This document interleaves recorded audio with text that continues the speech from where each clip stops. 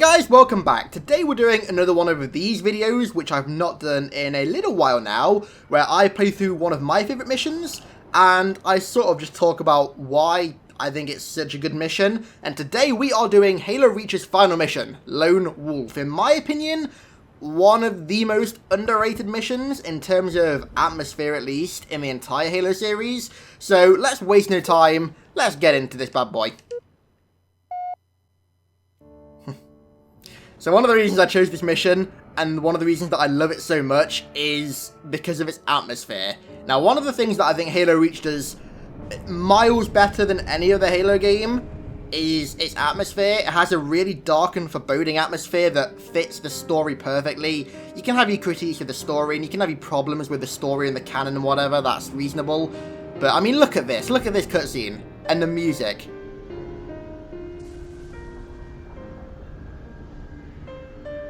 Absolute masterpiece of a final mission. Bungie could not have had a more perfect ending for Reach. And that title card there, there'll be another time. It's like, this is the end.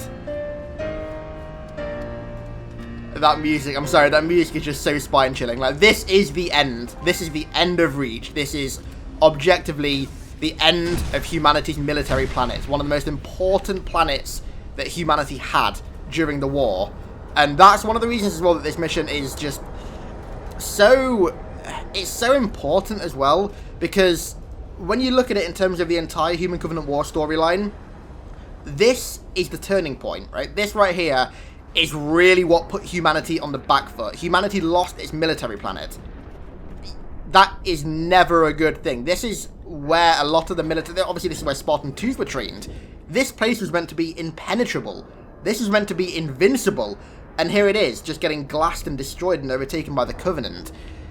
And the atmosphere, the bleak sunshine covered behind the clouds, and the dark sky and mist, and just done so well. So well. I also love this little Easter egg here. The objective, the only objective for this mission is Spartans never die. Such a nice little touch.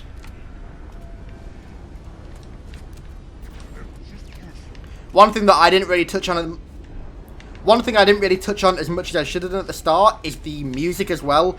The music for this mission is just on point. The piano that sounds a little bit hopeful, but it gives you this feeling of like everyone knows that this is the end. This is the end for Noble 6. This is the end for Noble Team, aside from June, of course. It's just the music for this mission was done so well, especially at the end. The sort of dark, somber chanting. You'll hear what I mean later. And the skybox for this mission as well.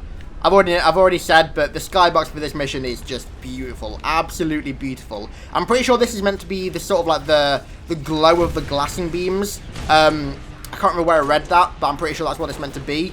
A very well done atmosphere. And like I said at the start, that's just a trend for Reach that I really don't think gets that much appreciation. The entire atmosphere during the campaign of Reach is so good and so dark and so foreboding. It really sets the scene well. Really does.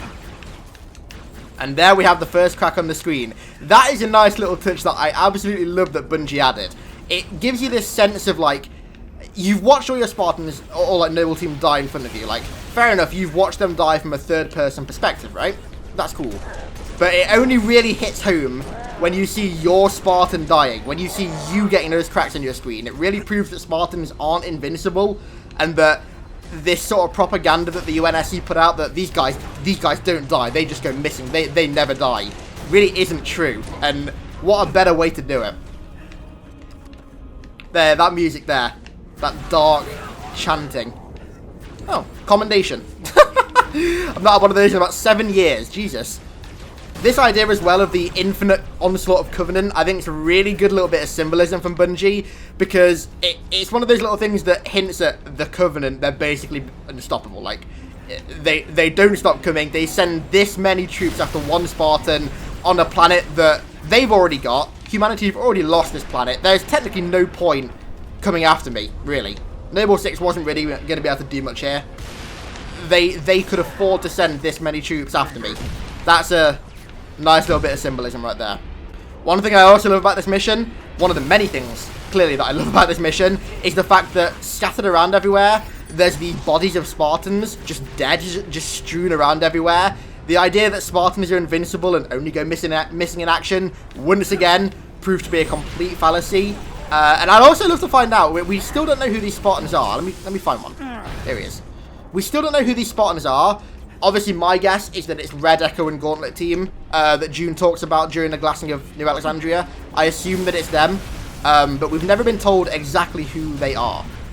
I really think one of the things that this mission does so well as well is sort of like the atmosphere and the implications of what's going on in the background. The fact that this is humanity's most important world aside from Earth getting completely overtaken and destroyed and glassed. It's huge, and it's definitely what backed them into the corner during the war.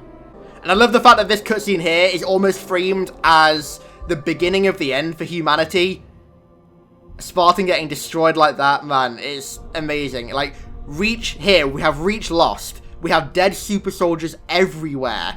And we have humanity forced onto the back foot. This mission overall, in my opinion, is spectacular. But then we get the less dark and more hopeful eulogy from Dr. Halsey here. That I think was a really good ending, because even though Reach is a very dark story, we won the war in the end. Everyone knows that we won the war, so technically that is a happy ending, and this right here is sort of like the icing on the cake for Reach, that even though everything was sacrificed for Reach and we lost Reach in the end, we still overcame everything with typical human spirit and won.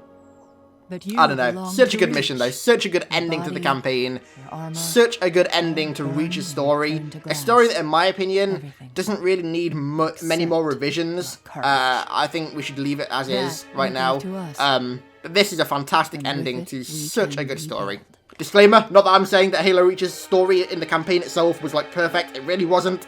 Please don't have a go at me for saying that, because I know that the lore ramifications are insane, but the undertone of the story, the atmosphere and everything, as proved by this mission, was goddamn perfect. I absolutely loved it.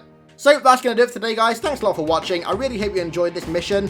I don't know how long this video was. Probably not that long, because we actually died quite early. Quite embarrassing. But if you enjoyed this mission, don't forget to leave it a like down below. If you want me to do any more of these videos, then leave some suggestions in the comments as to what mission you want me to do. I have a few ideas ticking over in here. Definitely some more flood missions.